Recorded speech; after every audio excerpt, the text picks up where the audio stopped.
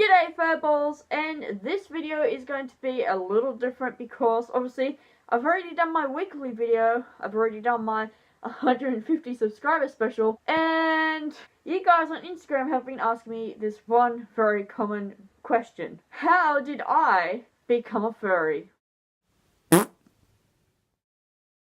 Also, this video will probably be the last time you see this background. I am actually going to be going out later today and getting my new wallpaper or backdrop, and I honestly can't wait. Also, a really big apology because I can notice on my camera that my brightness and contrast and everything just seems to be playing up at the moment. Really big apology there. So, this video isn't going to be very long. I'm going to try and keep it as short as possible, but I want to talk about how I become a furry and how I got into it. It all started way back in the year 2012. I honestly never knew what a furry was. I was about 18, turning 19 at that point in time. And of course I loved horses. Horses have been my one big thing in life. I always used to draw horses, I used to draw anything like horses, used to create my own horse character species and designs and those sorts of things, but I never really drew anything anthro-y.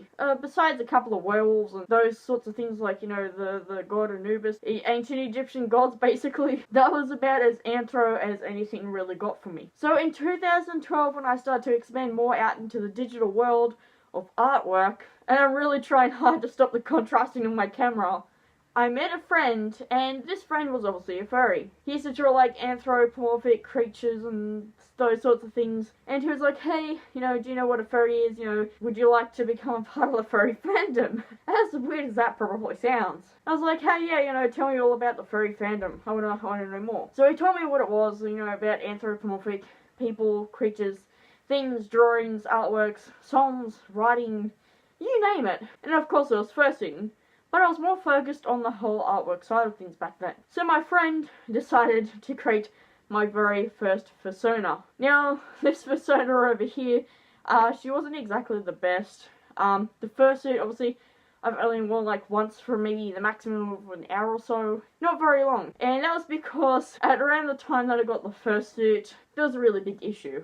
For me personally. Now what happened was, you know, there was a person that obviously said something and it got out publicly, and the media took what this person had said and twisted it up to sound really, really bad and grotty. Basically what this person had said was, you know, that they find fursuits attractive, and, you know, that they back then were making a joke, and obviously these people that had their hands tied in with the radio station took that and, you know, made it really, really bad. So that's why I never wore that fursuit, and I was kind of sort of put off from the furry fandom for a very, very long time.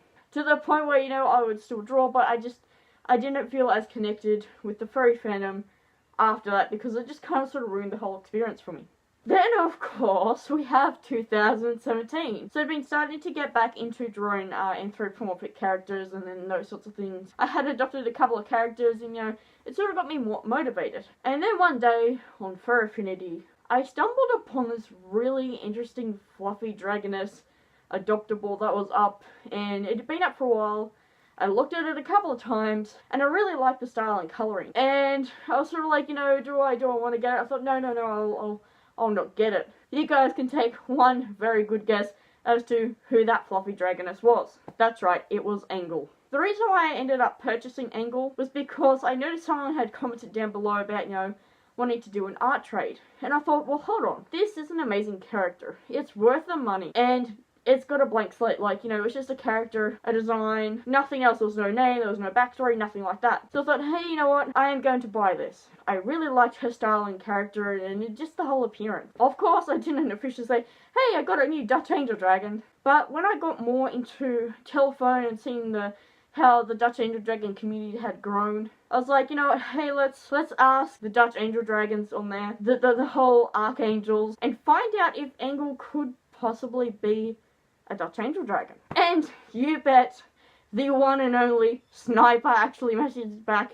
saying, yes, you know, it's okay, it's all good. My biggest fear was, you know, the fact that you don't see many Dutch Angel Dragons with, like, you know, the talon claw on the feet. Like, you guys will be seeing the reference up and over here or over here. I can't remember which side I'm putting it on. But, like, that was the happiest day of going, yes, I feel accepted into a group that I feel and say is a lot more, like, more protective and more safer Not saying that there's badness to the furry fandom, it's just like I feel like there's so much in common with these people that I can just feel free to be myself around them. Which was a really good start for me. And I was like, I really want to get a fursuit made. Now it was a toss-up between getting Engel made or possibly looking into getting another character made. So I went, you know what, hey, Dutch Angel Dragon, really awesome looking fursona that I've got here. Let's do this. It took me a while. I spent a lot of time on Fur Affinity trying to find, you know, the right fursuit maker. A lot of the fursuit makers were, and still are, obviously, over in the US. And honestly, I didn't really know where to look. I looked on Furby, on a couple other different places like Dealer's Den.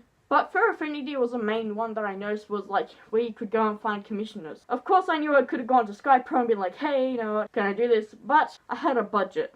And I didn't want to overspend that budget. So, I took a really big gamble. I went over onto DeviantArt and I looked up fursuits that had been made recently, during that month, last year in 2017. And I stumbled upon Mocha Dragon. Mocha Dragon Studio actually had some really amazing stuff. And I was like, hey, let's message her.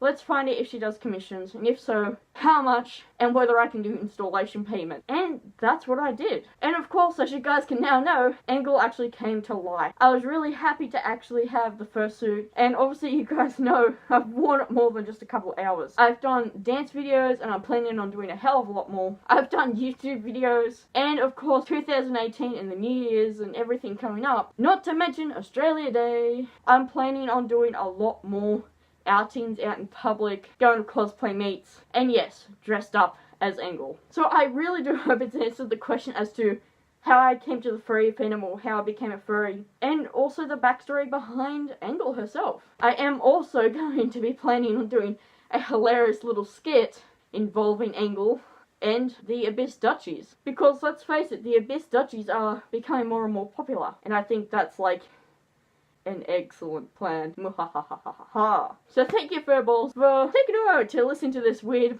personal side to me and how I became a furry. And truthfully, a lot of my friends have accepted it.